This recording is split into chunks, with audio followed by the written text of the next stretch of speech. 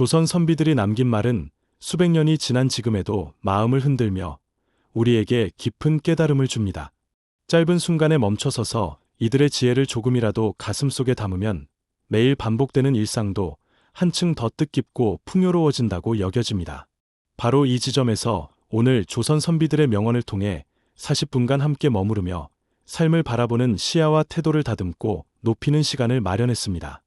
이 시간이 흐른 후에는 고단했던 마음을 위로받고 다시금 용기를 얻을 수 있도록 이야기하겠습니다. 조선시대의 선비들은 주로 유교를 기반으로 학문을 탐구하며 자기 수양과 도덕적 완성을 추구했습니다. 그들은 말보다는 행동으로, 지위보다는 인격으로 세상을 교화하려 했고, 이를 위해 스스로를 부단히 갈고 닦았습니다. 그리고 그 과정에서 남긴 여러 명언들은 실제로 당대의 사회를 움직일 만큼 깊은 사유와 인격적 감화를 담고 있었습니다. 오늘 소개할 핵심 명언들은 퇴계이황과 율곡이의, 그리고 다산정약용을 비롯하여 조선의 많은 선비들이 공통적으로 강조했던 내면의 단단함과 학문의 길에 관련된 내용입니다. 명언들은 다양하지만 몇 가지 대표적으로 자주 인용되는 언급들을 먼저 살펴보겠습니다. 예컨대 퇴계이황은 마음을 다스리는 것이 곧 학문의 시작이다 라는 취지의 교훈을 즐겨 말했습니다.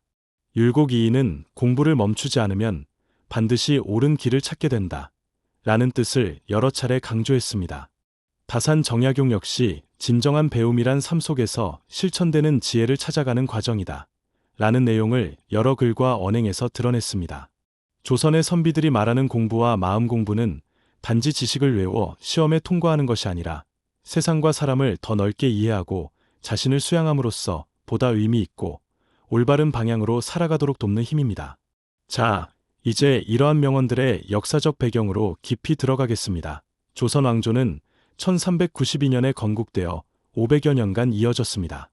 태조 이성계가 고려를 무너뜨리고 새로운 왕조를 세운 뒤 사대부 계층을 중심으로 한 문치주의와 성리학적 질서가 국가를 이끌어갔습니다. 조선 초기에 세종대왕의 주도로 한글 창제가 이뤄졌으며 과학기술과 문화가 크게 발전했습니다. 이때부터 성리학은 모든 사회 제도와 교육, 윤리의 중심이 되었고 사대부 가문 출신의 선비들은 관직에 나아가거나 학문에 매진하면서 국가의 운영과 문화를 이끄는 주역이 되었습니다. 이렇듯 조선은 유교 사상, 특히 주자학을 근간으로 하여 인간의 도덕과 수신을 강조했습니다. 권력층인 양반과 일반 백성 간의 격차가 분명했지만 선비 정신이라는 것은 신분과 관계없이 지식과 덕을 갖춘이라면 누구나 지향해야 하는 인격적 이상으로 여겨졌습니다. 선비 정신은 상당히 엄격한 자기 수련을 요구했습니다. 새벽부터 일어나 경전을 읽고 주석서를 살피며 어른과 스승의 가르침을 반복해서 배우고 실천하는 삶을 살았습니다. 과거 시험에서 높은 성적을 받으면 관직에 진출의 백성들을 다스릴 권한을 얻었지만 동시에 그만큼 더 무거운 책임과 도덕적 의무를 짊어졌습니다. 이런 분위기 속에서 선비들은 고단함을 이겨내고 끊임없는 자기를 채찍질하며 학문에 정진했습니다. 주변인이 보기에 극도로 엄격해 보일 정도로 마음의 규율을 지키고 타인에게 본이 되고자 노력했습니다. 이런 시대적 배경에는 정치적 혼란도 많았습니다. 조선 중기에는 임진왜란과 병자호란이라는 대규모 전쟁이 연달아 일어났고 백성의 생활은 파탄지경에 이르렀습니다.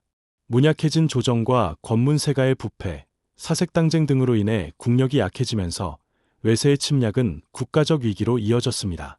하지만 오히려 위기 속에서 나라를 구하고 백성을 살리고자 하는 선비들이 곳곳에서 등장했습니다. 예컨대 류성룡의 징비록은 전란의 참화를 기록해 후대의 교훈을 남겼고 이순신 장군을 곁에서 돕거나 전략을 세워 국가를 방위하는데 기여한 선비들도 다수 있었습니다. 이러한 극한의 역사적 상황 속에서도 선비들은 자기 성찰과 학문을 놓지 않았습니다. 그들에게 학문은 단순 지식이 아니라 개인과 사회를 바르게 세우는 도구였고 무엇보다 사람다운 사람이 되어 민생을 보살피고 이상적인 정치를 구현하는 길이라고 여겼습니다. 조선 후기에는 서학, 천주교, 이나 동학 같은 새로운 사상이 들어오고 서양 과학 기술 역시 일부 선각자들을 통해 전달되었습니다. 실학자들인 유형원, 이익, 정약용 등은 백성의 삶을 실질적으로 개선하기 위해 새로운 제도나 농법, 학문 체계를 연구했습니다. 그들은 농민의 삶이 팍팍해지는 현실을 개혁적으로 바라보며 단지 유교 경전을 해석하는 데에만 머무르지 않고 백성의 실질적 행복과 국가의 부강을 함께 추구해야 한다고 주장했습니다. 이 같은 움직임은 당시로서 매우 앞선 사고였고 실학자들의 저술은 후대의 귀중한 자료와 사상적 자산이 되었습니다. 이렇듯 수많은 도전과 모색이 공존했던 조선에서 선비들의 명언은 큰 울림을 가졌습니다. 마음을 다스리는 일의 중요성, 끊임없이 배우고 탐구하는 자세, 탐욕과 허영을 경계하며 공익을 추구하는 태도 등은 당시 혼란스러운 시대적 상황에서도 많은 이들에게 등불 같은 길잡이가 되었습니다.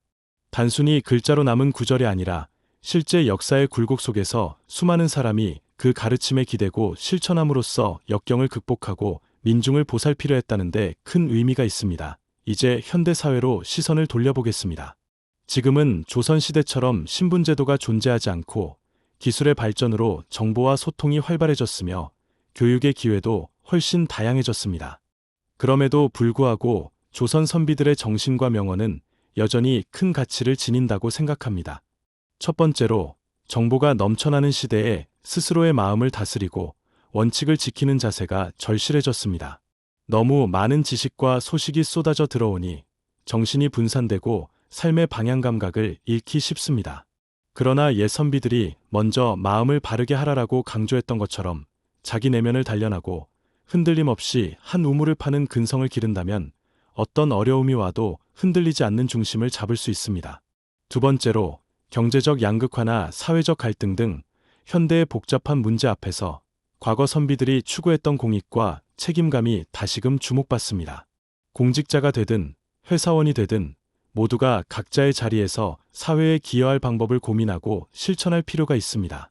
왜냐하면 그 시대 선비들이 관직에 나아갔을 때 곧바로 힘을 누리는 데 집중하기보다는 백성들의 생활을 개선하고 부당함을 막고자 했던 모습이야말로 지금 우리에게 필요한 청렴과 헌신의 정신이기 때문입니다.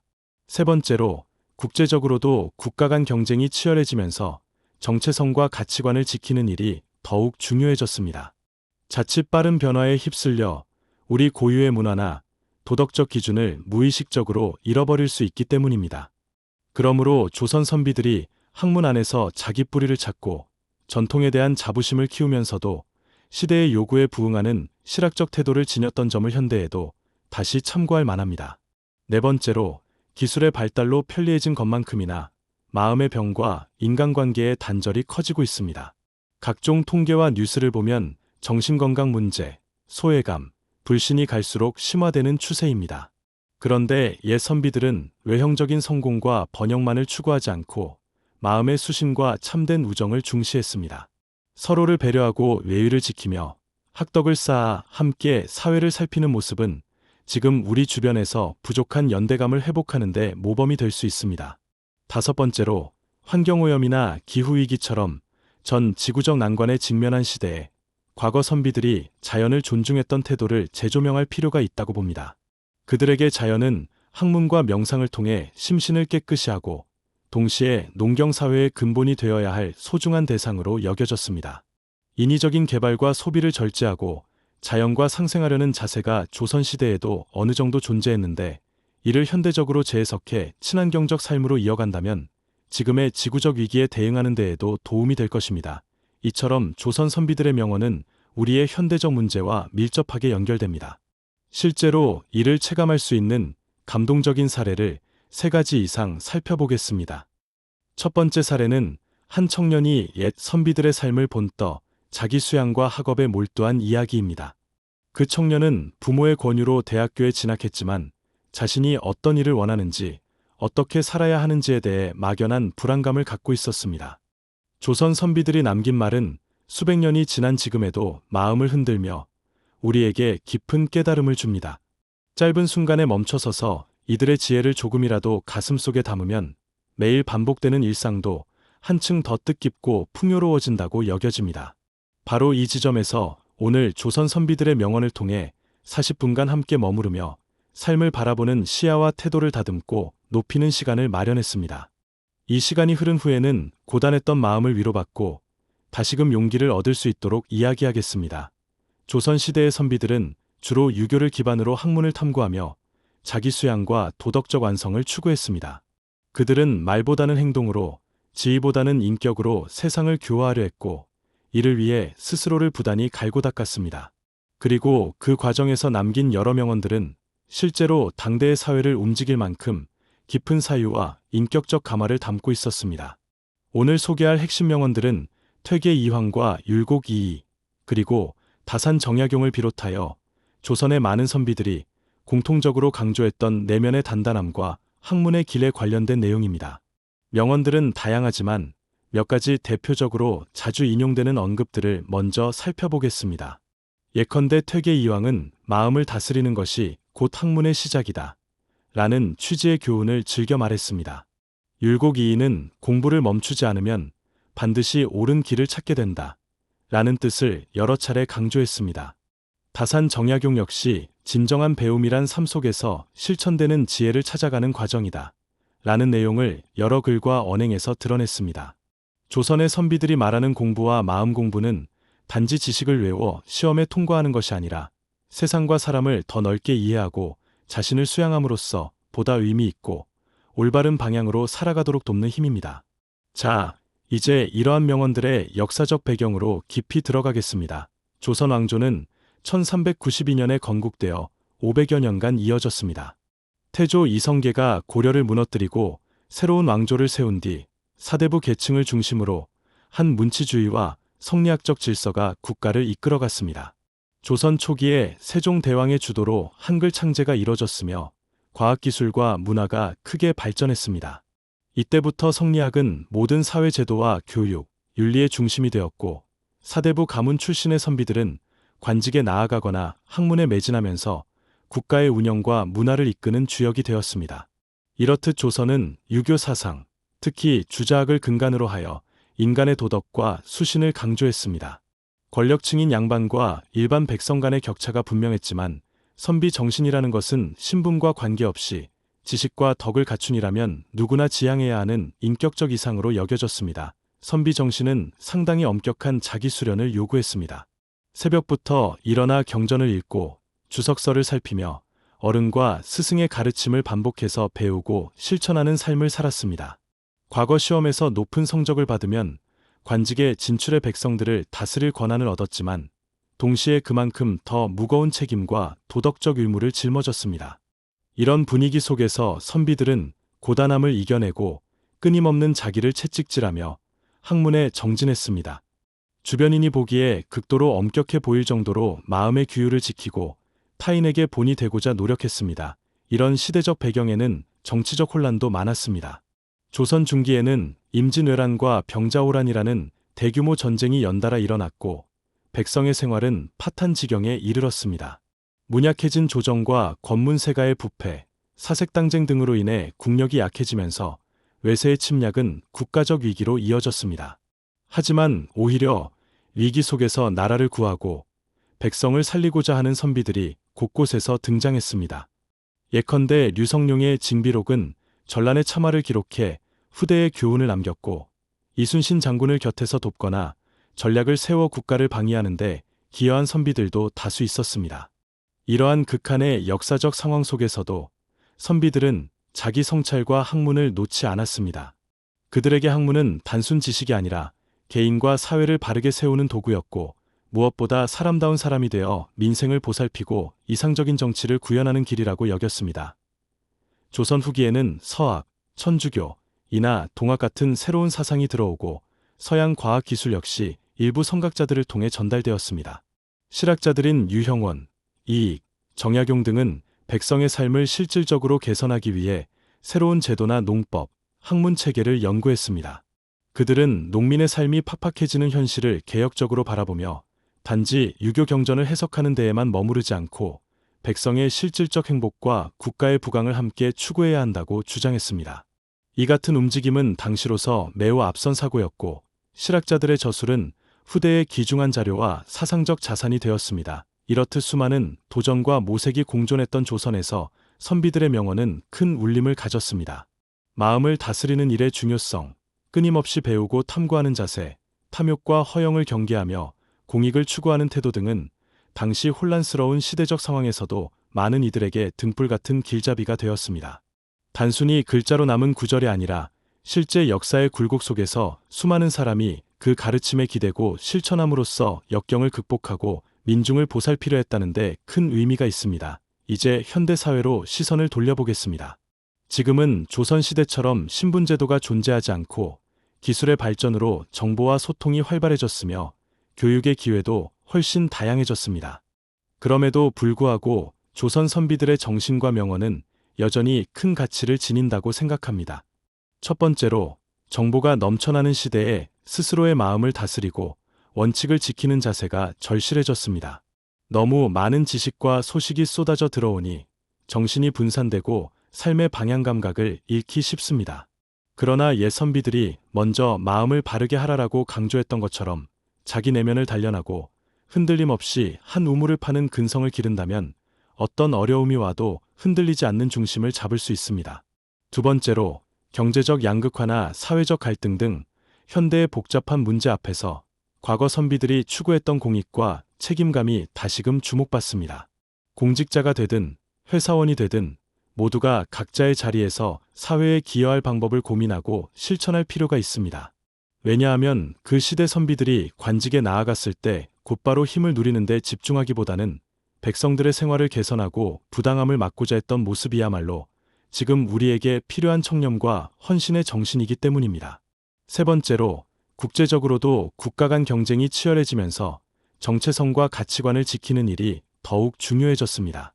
자칫 빠른 변화에 휩쓸려 우리 고유의 문화나 도덕적 기준을 무의식적으로 잃어버릴 수 있기 때문입니다. 그러므로 조선 선비들이 학문 안에서 자기 뿌리를 찾고 전통에 대한 자부심을 키우면서도 시대의 요구에 부응하는 실학적 태도를 지녔던 점을 현대에도 다시 참고할 만합니다. 네 번째로, 기술의 발달로 편리해진 것만큼이나 마음의 병과 인간관계의 단절이 커지고 있습니다. 각종 통계와 뉴스를 보면 정신건강 문제, 소외감, 불신이 갈수록 심화되는 추세입니다. 그런데 옛 선비들은 외형적인 성공과 번영만을 추구하지 않고 마음의 수신과 참된 우정을 중시했습니다. 서로를 배려하고 예의를 지키며 학덕을 쌓아 함께 사회를 살피는 모습은 지금 우리 주변에서 부족한 연대감을 회복하는 데 모범이 될 수 있습니다. 다섯 번째로, 환경오염이나 기후위기처럼 전 지구적 난관에 직면한 시대에 과거 선비들이 자연을 존중했던 태도를 재조명할 필요가 있다고 봅니다. 그들에게 자연은 학문과 명상을 통해 심신을 깨끗이 하고 동시에 농경사회의 근본이 되어야 할 소중한 대상으로 여겨졌습니다. 인위적인 개발과 소비를 절제하고 자연과 상생하려는 자세가 조선시대에도 어느 정도 존재했는데 이를 현대적으로 재해석해 친환경적 삶으로 이어간다면 지금의 지구적 위기에 대응하는 데에도 도움이 될 것입니다. 이처럼 조선 선비들의 명언은 우리의 현대적 문제와 밀접하게 연결됩니다. 실제로 이를 체감할 수 있는 감동적인 사례를 3가지 이상 살펴보겠습니다. 첫 번째 사례는 한 청년이 옛 선비들의 삶을 본떠 자기 수양과 학업에 몰두한 이야기입니다. 그 청년은 부모의 권유로 대학교에 진학했지만 자신이 어떤 일을 원하는지, 어떻게 살아야 하는지에 대해 막연한 불안감을 갖고 있었습니다. 조선 시대 선비들은 학문을 개인의 성취로 끝내지 않고 사회와 공유하고자 애썼습니다. 나 자신이 갖춘 재능이나 지식이 있다면 그것을 다른 이들과 나누어 보는 방법을 모색해 보시기를 권합니다. 세 번째 질문은 어떤 형태로든 지금 내가 속한 조직이나 공동체에 긍정적 영향을 줄 수 있는 실천이 있을까요? 직장, 학교, 지역사회 등 어느 곳이든 작지만 의미 있는 변화를 이끌 수 있는 행동이 분명 있을 것입니다. 네 번째 질문은 옛 선비들의 지혜 중 무엇이 가장 마음에 와닿았나요? 오늘 소개한 명언이나 이야기를 듣고 스스로 특별히 공감하거나 흥미가 생기는 부분이 있다면 그것을 적어두고 생활에 적용해 보십시오. 다섯 번째 질문은 이런 깨달음을 계속 유지하기 위해 나 스스로에게 어떤 장치를 둘 수 있을까요? 사람은 망각하는 존재이므로 꾸준한 실천과 점검을 위해서는 스스로에게 잊지 않도록 자극을 줄 무언가가 필요합니다. 매일 아침 잠시 독서 시간을 갖는다든지, 눈에 잘 띄는 곳에 짧은 글꼴을 붙여둔다든지, 본인이 편안하게 할 수 있는 방법을 찾아보시면 좋겠습니다. 추가로 3가지 과제를 드려보겠습니다. 첫 번째 과제는 나만의 선비 일기 쓰기입니다. 일주일간 매일 자기 마음과 하루를 돌아보고 거기에 옛 선비들의 정신을 어떻게 적용했는지 기록해보는 것입니다. 마음이 흔들렸던 순간을 적어보고 그때 어떤 명언이나 태도로 스스로를 다잡았는지도 구체적으로 써보시길 권합니다. 두 번째 과제는 일상 속 작은 배움 공유하기입니다. 가족이나 친구 혹은 SNS를 통해 오늘 내가 알게 된 것 중에서 유용하거나 의미 있던 내용을 짧게 소개해 보십시오. 옛 선비들은 글을 통해, 때론 구전을 통해 지식을 전했습니다. 지금 우리는 더 다양한 방식으로 공유가 가능하니 적극적으로 활용해 보시길 바랍니다. 세 번째 과제는 선비 정신 토론 모임 만들기입니다. 가까운 이웃이나 직장 동료 중에서도 이런 전통적 가치와 명언에 흥미를 가진 분들이 있을 것입니다. 주제 하나를 정하고 각자 생각을 나눈 뒤 실제로 일주일 동안 실천해본 경험을 다시 모여서 이야기해보는 형식으로 진행해 보십시오. 현대적 문제를 옛 지혜와 결합해 풀어보려는 시도가 새롭고 보람찬 경험이 될 수 있습니다. 이렇게 질문 5가지와 과제 3가지를 드렸습니다.